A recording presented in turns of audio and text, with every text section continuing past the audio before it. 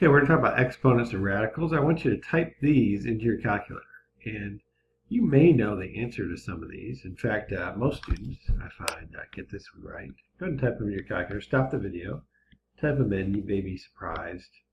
As you type them in, these are all 1. And this one, not so much. So undefined, you can't do 0 to the 0 power.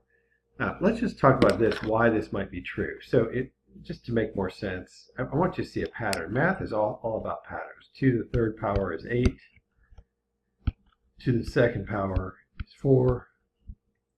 2 to the first power is 2. 2 to the 0 power is, what would be the next number in this if you go in order here? You're thinking, okay, 1, aren't you? Right, you're divided by 2 each time. In fact, what's interesting, 2 to the negative 1 is, what would you think would be next? Divided by 2, divided by 2, divided by 2. It would be 1/2. That's actually how you do a negative exponent. We'll get to that in a minute. Oh, here we are. 2 to the negative 2. What would that be? Well, I just told you. 2 to the negative 1 is, this would be 1 over 2 squared, or in other words, 1/4. And you might have remembered that. The negative makes it go to the land down under. It makes it positive, and the exponent moves down. So this would be 1/9, or 1 over 3 squared. This would be 1 over 4 squared, or 1/16. Hopefully you know the answers to these. This would be like 2 to the 2 plus 3 power, or 2 to the 5th power. And this would be 3 to the 10th power. And you probably remember that, but if you don't, here's the cool thing. You could always back this up. What I mean by back it up is, let's say you don't remember this property. I don't know if it's 2 to the 6th, 2 to the 5th, what is it? I don't know. So you can back that up and you can say, okay, that's equal to, first parenthesis there is really 2 times 2. Second parenthesis is 2 times 2 times 2. How many 2's do you have? You have 5, so it'll be 2 to the 5th. That's one way to back it up. So if you forget some of these properties, oftentimes you can think it through. When you multiply, you add. That's what that is in words. When you multiply, you add with exponents. But the base stays the same. The base really has to match for this to work. It's got to be the same base. It can't be 2 squared times 3 to the third. It's not going to go together very nicely. 2 squared times 2 to the third, sure, no problem. That's 2 to the 5th. This is, again, we just did this one. 3 to the 10th.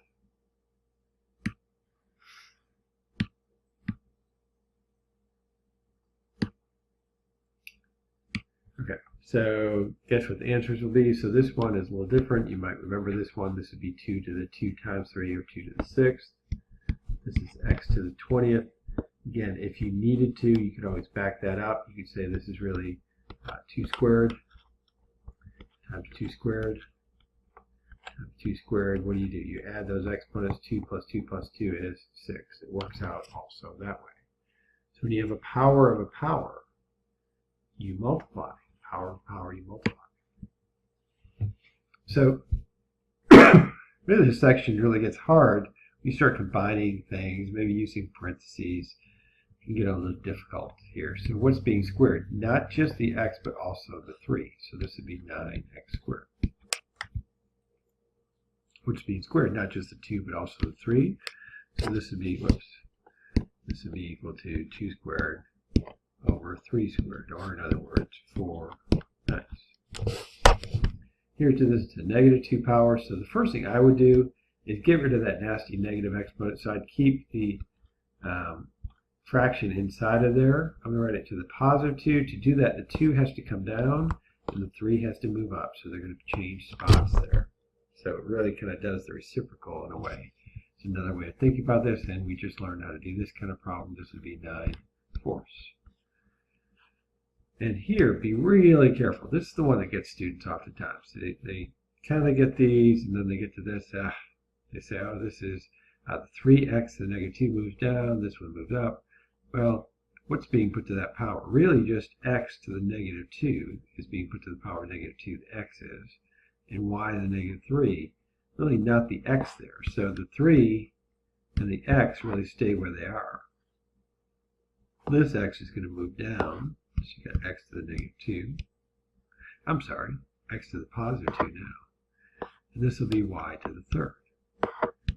So we have 3y to the third over x to the third. And then you got it. That's as simple as you get there. If you want to say these in words, when you divide, you subtract. So that's one of the ones. We didn't mention that one. A to the m minus n. Here, a to the 0 is equal to 1, except when a is 0.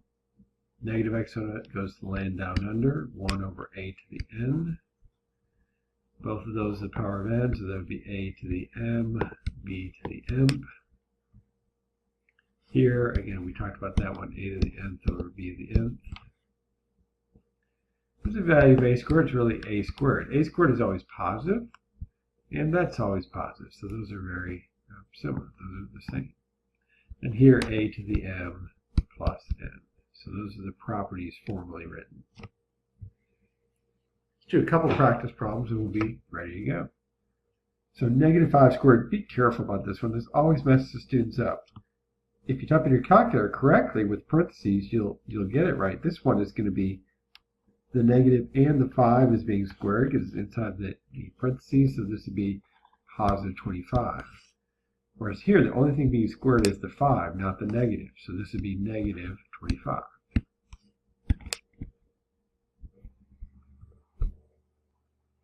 This can be handled different ways.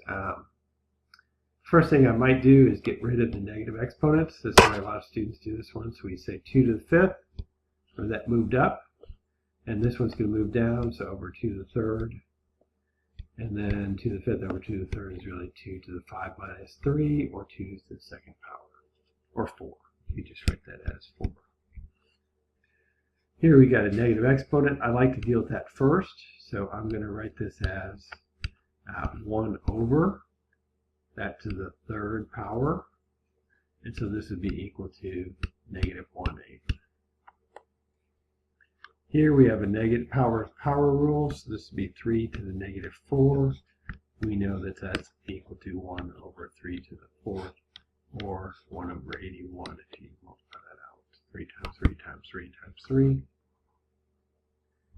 And finally, anything to the 0 power except 0 is 1. Here, negative exponents, go ahead and distribute this and see what happens. So you'd have x to the 9th, y to the negative 12th, and 5 to the negative 3. And so if you kind of take these negatives, that's going to push this one down, push this one up. You get x to the 9th, 5 to the 3rd, over y to the 12th. And you can rewrite that as 125 x to the 9th over y to the 12th if you'd like. And that's the lesson. Thank you.